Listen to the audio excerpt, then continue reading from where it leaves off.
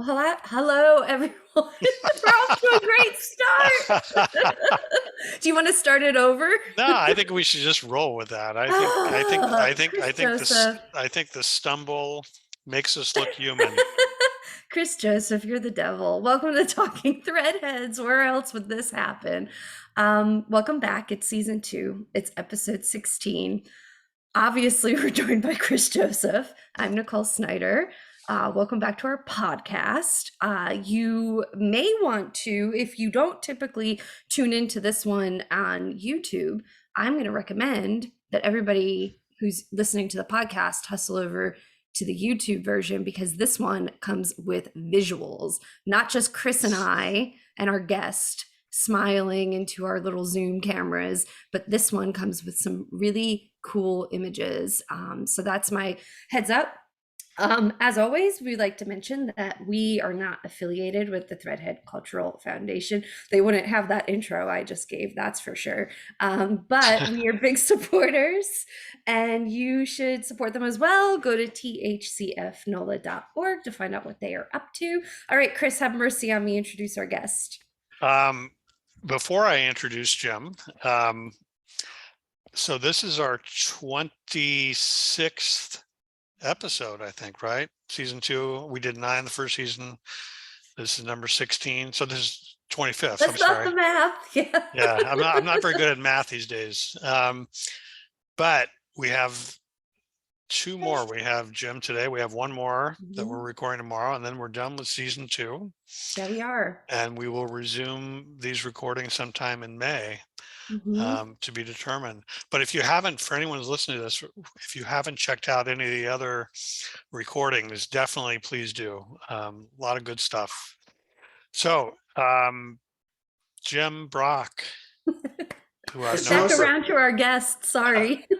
Yeah. Oh yeah, we have a guest. Yeah. Jim Brock, who I've known since mid 80s sometime. We actually used to be business partners at one point for a few years back in late 80s, early 90s. And we both, one of the things we bonded over, aside from our work, was sports, and another thing was music. And Jim is a lot of good things, but one of the good things he is an amazing photographer. And he's been a Jazz Fest photographer for several years, which we're going to talk about today. So let's just start off. First of all, welcome. And tell us your Jazz Fest history. When did you start going to Jazz Fest? Well, my first fest was 2000. So yes, I still am kind of a newbie. And we started to go one weekend every other year. And that lasted a couple of years, I think, until about 05. Then we figured out, no, we kind of got to do this every year. So we went one weekend for another couple of years. And then after 2008, we said, this is too much FOMS, too much brain damage. We just got to do the whole enchilada. And so we've been doing that since 2008. So when did you become a Jazz Fest photographer?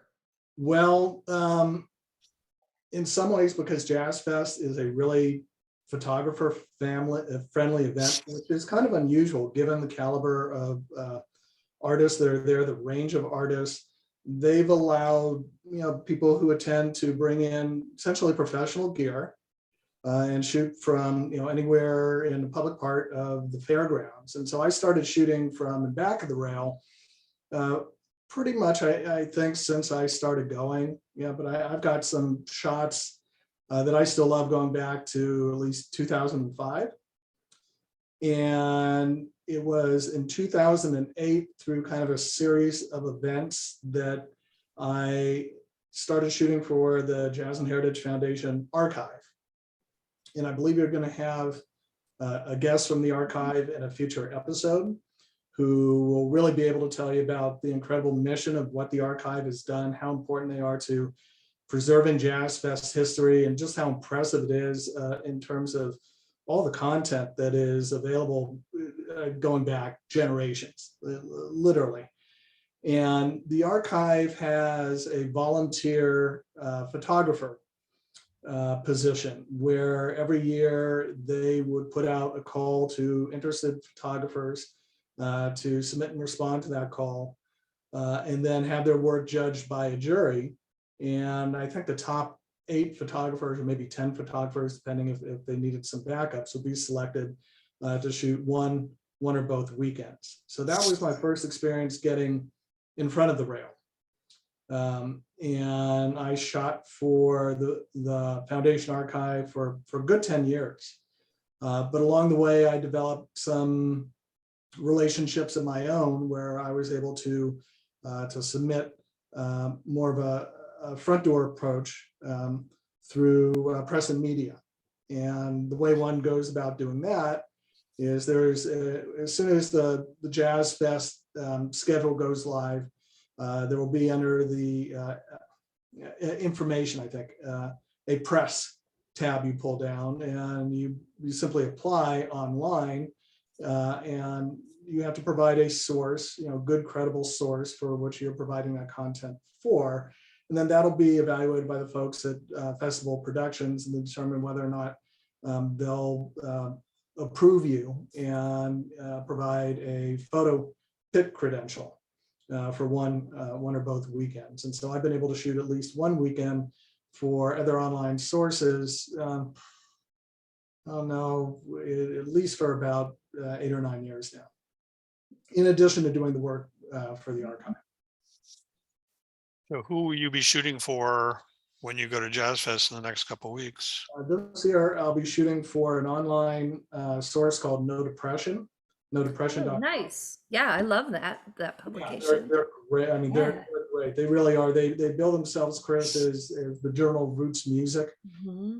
And that's not just a claim in terms of who they have on staff, the quality of the writing and the coverage. They put out a beautiful, very large quarterly print edition as well. So I've been shooting for No Depression for a couple of years, providing content for them through some of the other acts I cover for Newport Folk for a few years. So this year will be No Depression. I'll just be shooting for them second weekend. So I'll be free range on my own in back of the rail the first weekend, which will be sort of going back experience for me. But there's so much rich stuff to photograph just being on the fairgrounds and not being stage chasing, which I will be anyway. But that's part of the challenge of being a Jazz Fest photographer, particularly shooting for the archive, where part of your responsibility in building the historical record for the archive is you'll be assigned 2 different stages or areas. And what you're doing is, it's not about the star shot, it's not about the fine art shot, it's really about capturing and documenting the event for the historical record. So that means every act that you're assigned to. Like the first year I got the kids stage and something else, because I was a newbie. So I had to get every act in the kids tent, and then every act, I don't know if it was the grandstand or what I was paired with, but you do get a photo wristband that allows you into the pit of any of the stages and tents while you're doing that. But the responsibility of working for the archive is it's a lot of work. So you are a little you are obligated to cover all of their acts first, and then if you can find a way to sort of thread the needle and it's a half mile from end to end. And what's that like? Talk about that. I mean, you're carrying around a ton of equipment, right? It can be brutal, and I'm older. I'm older now than when I first started doing this. It's very high impact. And some of the smart photographers who also have access to whatever they want, they know just bring one camera and 2 lenses and they're done. That's not me. I want to be prepared for all situations. So in the instance of shooting just from around the fairgrounds without having access, I'm bringing a 200 to 600 with a 1.4 extender to give me about 840 worth of reach. And that's not a small lens. It's not as big as it sounds, but I'm going to have that with a 70 to 200, a 24 to 70, a 12 to 24 and a fisheye.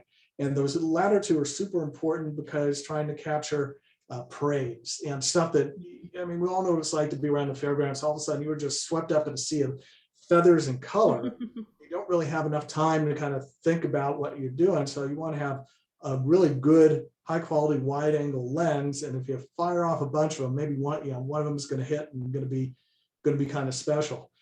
It's a lot of gear and it's a lot of work, and I'm absolutely exhausted after every day. I've had other photographers in the pit turn to me, and I'm just like, they see me way down. They see me sopping wet from head to toe with a big smile on my face saying, dude, are you okay? I go, yeah, man, I'm great. So, but you're taking, I mean, with digital photography now, you can take as many photos as you want. You're taking hundreds and hundreds, if not more, photos every day. Then what happens when you get back to your house, condo, hotel, whatever? Are you doing processing too? Everyone has a different workflow. So for me, the first thing I do is download. Now we usually set up general folders in advance, kind of have that hierarchy. So I'm not on that clock doing that because I want to host myself down. I want to go get a bite to eat. Maybe I'll hit a show or two at night. So coming back and downloading takes a good hour or two. And we live in this real-time age where if something isn't up, it's already passed. So I do try to get something out, one or two things on Instagram if I can. And that means just kind of like flooring through and just like, that one. And then the heavier work will come, when I come back or between weekends. I want to go off script for one question here. So if you're shooting for the archives, and let's say you shoot John Boutte, are you allowed to use those photos that you take for the archives for your own use too? Yeah, so I own the rights, but I provide them all the images that they request for them to reproduce, as helpful to them. But I do retain all the rights. Got it.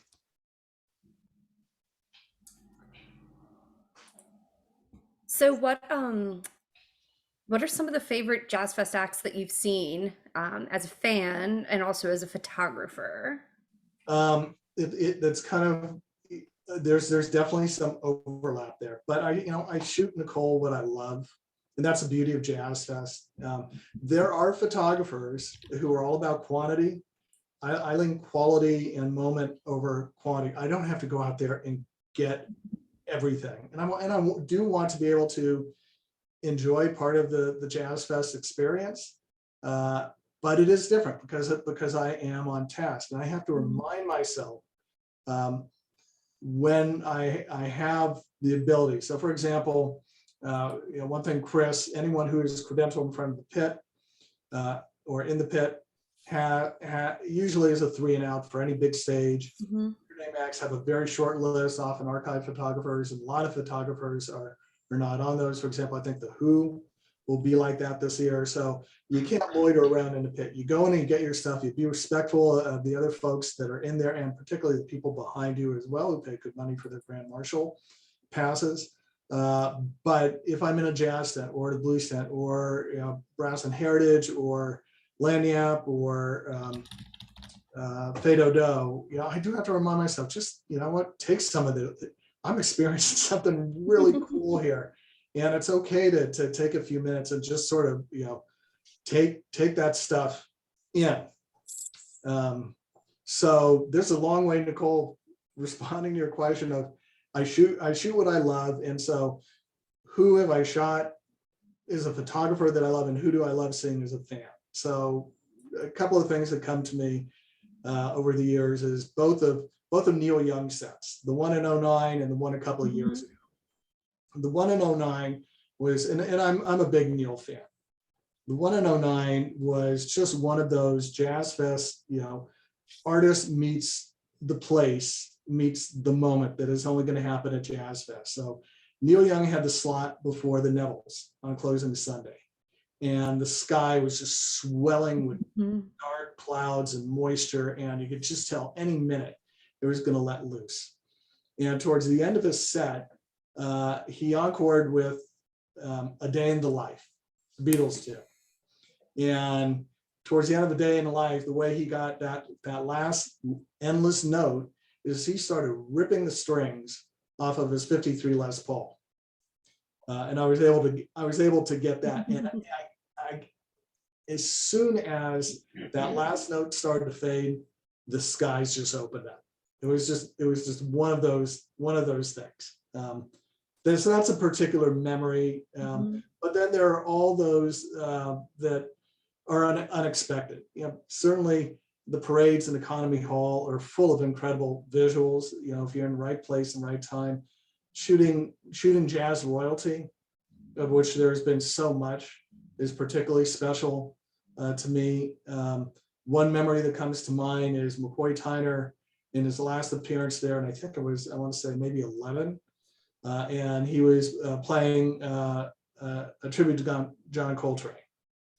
And I remember walking out from our seat at that point, and just kind of locking eyes with a stranger, which is what happens at Jazz Fest, and we just kind of look at each other and almost say the same thing: if I do not hear another note ever, I'm good. It's moments like that you can't predict, that it's part of the experience. But there's also the legacy acts that are gone. B.B. King and Johnny Winter and Doc Watson and Alan Toussaint and Snooks and Henry Butler, and any of these guys can be gone anytime. Mr. Sipp, who will be there this year, is one of the most entertaining blues guys you will ever see, and he's not to be missed. I forget what day he's on. Christian Scott, who's a New Orleans-born trumpet player, who's really, you can't even call him a young lion. He does something he calls stretch music. And it really is almost what it sounds. It's kind of pushing the boundaries. He's now picked up a different instrument that I think he kind of built himself, that looks like, I forget the name of it, but an African, there's a big gourd and a lot of nylon strings. He sort of switched to that now. I don't see him on this year, but he's someone I'll always go see. Show us some of your photos. We want to see some of those. Okay, how much time do we have? No, just I will pull that up and talk about. By the way, while you're pulling those up, I'm going to tell our listeners that we're going to post a link to our website in the show notes. And we're also going to post a link to the movie that you're in, which we're going to talk about next. Thank you for that. So this shot, I think, was from around 2005. And this was, for those who are just listening, this is a silhouette of three kids in one of the mist tents, and surrounded by mist, and just sort of, you feel the playfulness and the atmosphere of that moment of, we've all kind of been through mist tents, particularly on those really hot days. And this was just another kind of kismet, because the actual image of this was cropped much larger. But I saw these three kids backlit and cropped that part of it. And to me, it really, I have a handful of images that I would consider sort of my signature images. And this really would be one of those. Can I interrupt you for one quick question? Are these prints available for sale?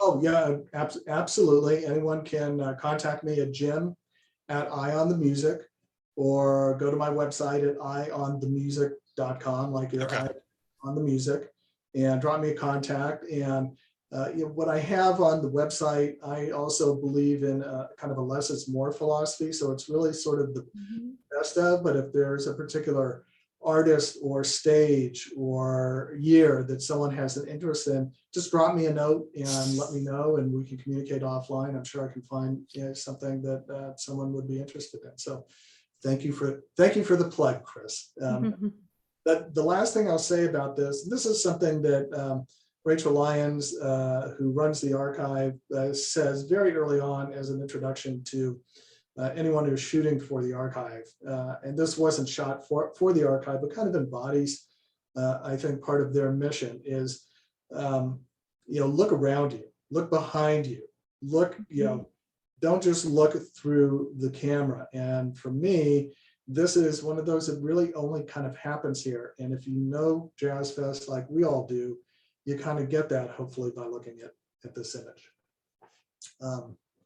Let's see. Okay, this one I think was around 2008, and this was at the Lanyap stage, and of course weather was involved. This was the first time I heard the New Orleans Klezmer All-Stars. And for anyone who has never heard the New Orleans Klezmer All-Stars hearing for the first time, your brain just gets completely scrambled in the best way. Never heard anything like it. And I turned around and there was just everyone soaking wet, just dialing in to the crazy joy that is the New Orleans Klezmer All-Stars. And I felt, again, just one of those sort of captures the Only in Jazz Fest mood that couldn't happen anywhere else. And, also just thinking as a photographer that, okay, this is 8 years, this is 14 years ago, where are they now, right? Are they still coming back to Fest? And have I run into them? Okay, this next shot, this was, I think, from 2016. And it's a classic John Cleary with those big puffy clouds and blue sky reflected in his sunglasses, and was used by Gambit for their second weekend Jazz Fest edition. I think 4 or 5 years ago. So I like this, and I'm not even sure if this was one that I was drawn to initially, but Gambit reached out to me, contacted me, and they, for the use of the cover, they photoshopped out the background and just used John's face and keyboard. Next up, okay, this is one of my favorite images, and again, for those who are just listening, so I'm a huge Bruce Hornsby fan. And he played, I forget how many years ago, it's been a while, he played the Gentilly stage. Bonorama Horns came out and joined him. But, this image has the 88s, Bruce's, the keyboard of Bruce's piano just bouncing in bright relief off his Aviator Ray-Bans, with his spider finger right hand doing what Hornsby does. He's one of those players that, for me, it just seems, at least early on, he's gotten a bit more eclectic, that every note where he goes is just one it seems like my ears want to hear. And so I've always been a big fan. And when he played Fest that year, I was psyched to see the set. This was one where I would stay for the whole set after I got my shots. But capturing the keys in the frames of those sunglasses on his face while he's doing what he does is real magic for me. One of my favorite shots. Let's see here. Well, if I had to pick one shot I have shot over my whole career at Jazz Fest, this is that shot. And there's a bit of a story behind it. I'll try and keep it brief, but this was the last time BB had played Fest. I'd only seen him from afar many years before. And of course, again, it was pouring rain. Last act of the day, everyone's just pushing into the blues tent. I mean, it's pouring outside, it's steamy inside. And I somehow, during my first three, just worked my way to BB's feet. And he had already, the band warms up for about half hour, and it's kind of a review sort of thing. And when he started playing, I did not expect to get his blues written all over his face with that classic vibrato in that moment. But I knew when I took the shot, if I got it right in the camera, I got something very special. And towards the end of the set, BB spoke to the audience and said, you know what, if you raise a glass, think of me sometime. And he stopped touring about 6 months later, and died a couple of years after that. So yeah, this is just personally a very important image to me. I think I got one more here to share.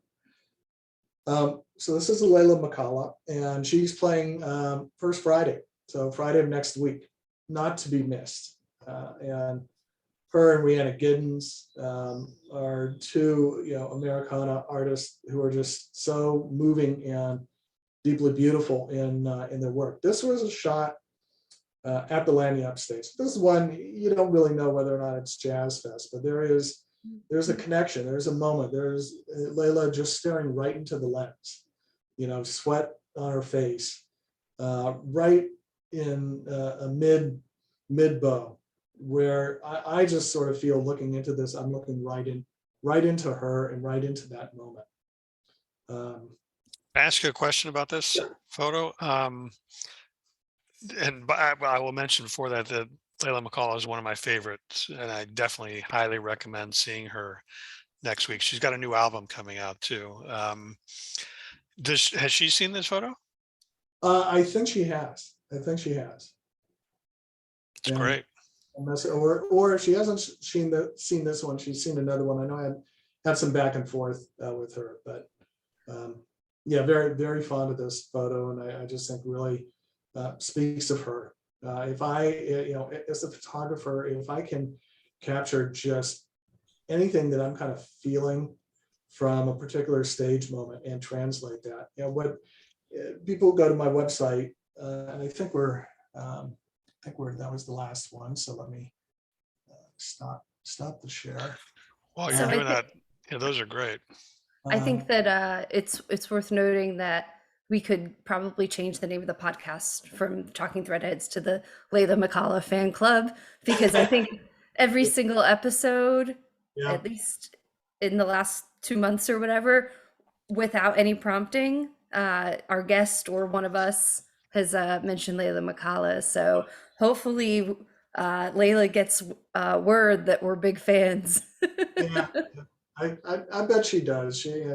I know she had kind of reached out on some photos to me and seems to be real personal and accessible. So I was going to say, if anyone goes to my website, they'll see, kind of under the banner, 2 words: visual soundtracks. And if I'm able to get anyone to kind of see with their ears through my work, that's what I'm going for. Whether you've been to Fest, whether you know the artist, that's really what I'm aiming for. I love that. So who are you looking forward to seeing this Jazz Fest? So I played along at home to your last podcast and had to make some notes with Swag and company, everyone going through the cubes. The short answer is all of it and any of it, because it's been 3 years. So this isn't really about anyone in particular. But after the podcast, I did have to kind of go through and throw out some picks. So I'll just tell you sort of day by day. Next Friday, Bombino, Layla, War and Treaty, who absolutely tore it down the last time they played.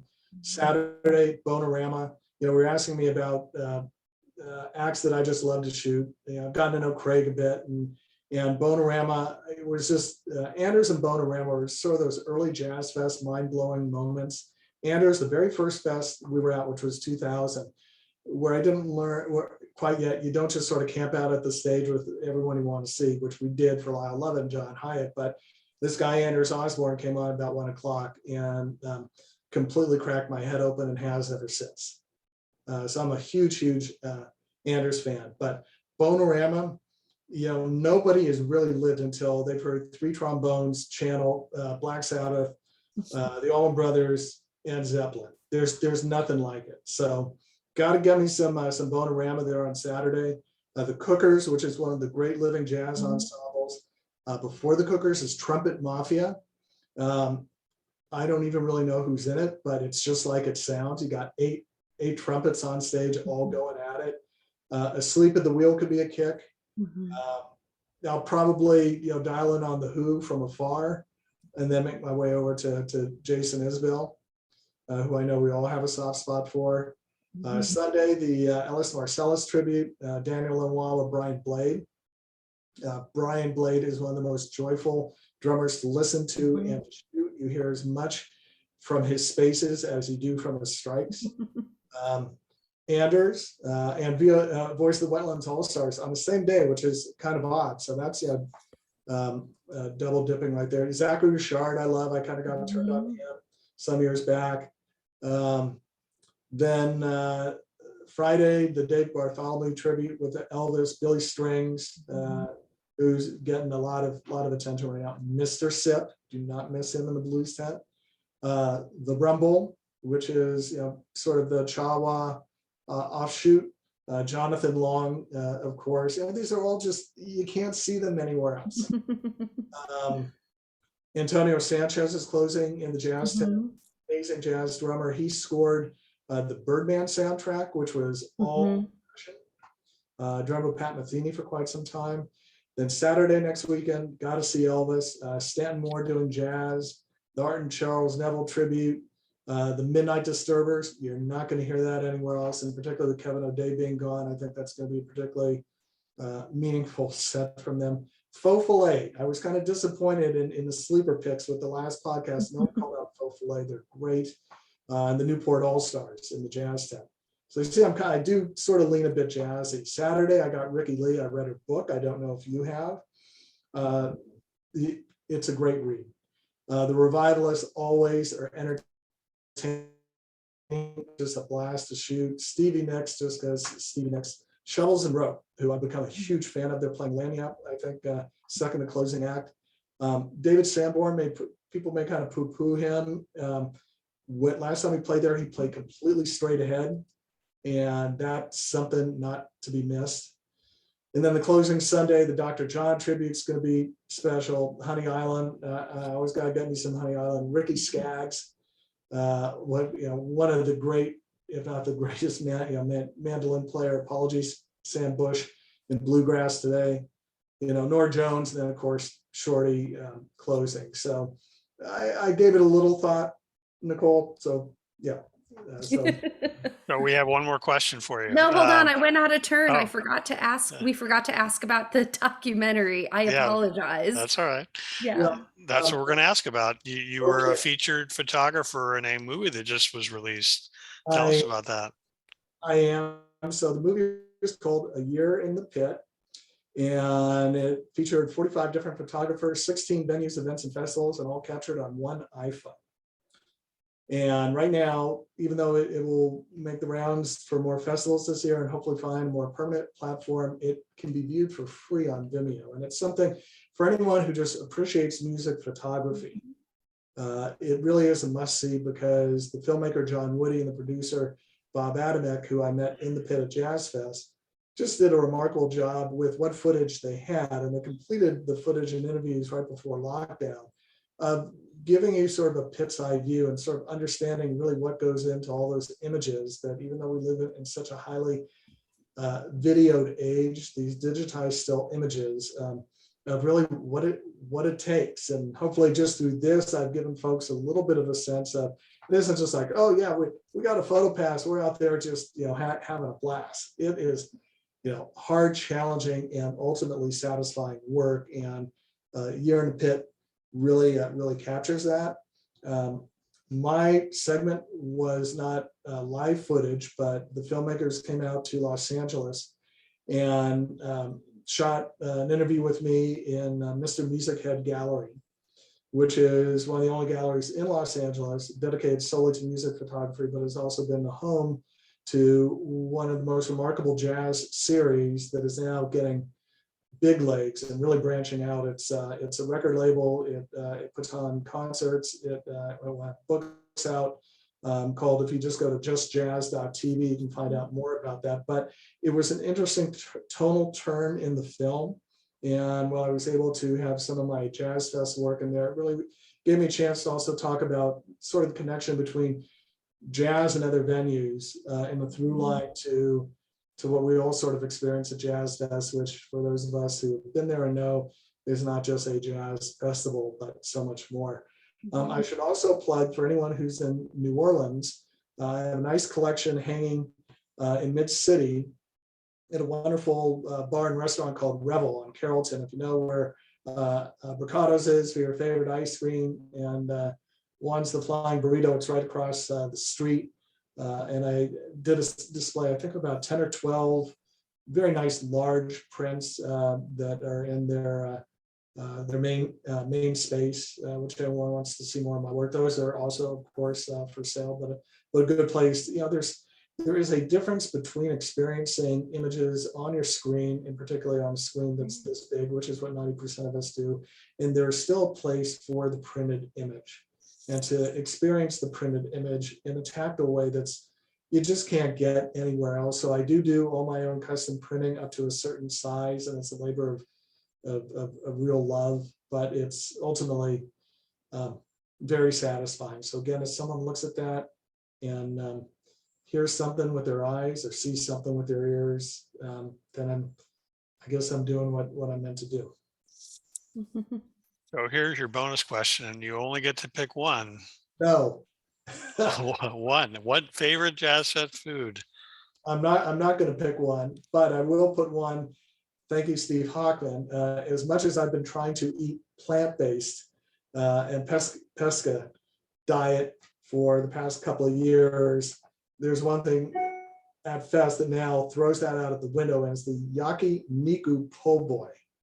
It is literally a Japanese ribeye meets po' boy cheesesteak that Steve told me about, that I never would have found because it's in one of those smaller mid Fairground stands. So that's kind of at the top of my list. But there are all kinds of greatest hits. The crawfish sack and oyster patty, and crawfish beignet trifecta, the crawfish strudel, the grandstand oysters, the size of your fist, and of course we all like ourselves a good cochon de lait. So you get me, you guys are getting me psyched. It's next week. I can't believe it. By the way, before we end this, did you say when we were talking about the movie, the documentary, did you say it was shot with an iPhone? Yes. Now I'm curious, how do photographers feel about that? Watch the film, because there's very little that you feel like you're giving up from that. And for the filmmaker, when he came and did the interview, he brought like 2 little Pelican cases. He had this gimbal and his tripod and a couple of lights and appropriate microphones. And you really, if it's good enough for Steven Soderbergh these days, then it's good enough for, I think any real skilled filmmaker who knows how to use the tool. Just for the record, I have seen the movie, and it is really, really good. I highly recommend it. I think that's it. Okay. Jim, That's it. that's it. We're done with episode 20, whatever, 25. We made it. So how do we end it now that we've joked around about ending it? Well, thank you for being patient with my gaffes, everyone. My charming gaffes today. That was great. And I hope everyone who listens to the podcast will take a, trip over to YouTube, and so they can see the images, and be sure you check out all of Jim's, the website and photos and everything. And yeah, that's it now, Chris. Thank you, Jim. Thanks. Thank you, Jim. Nicole, will I see you at Fest? Yes, and I will say hi if I see you. You'll be at the Patry? Yes, I will. Okay. All right, awesome. Thanks, See you guys. there. All right, bye now. So All right, long. bye-bye.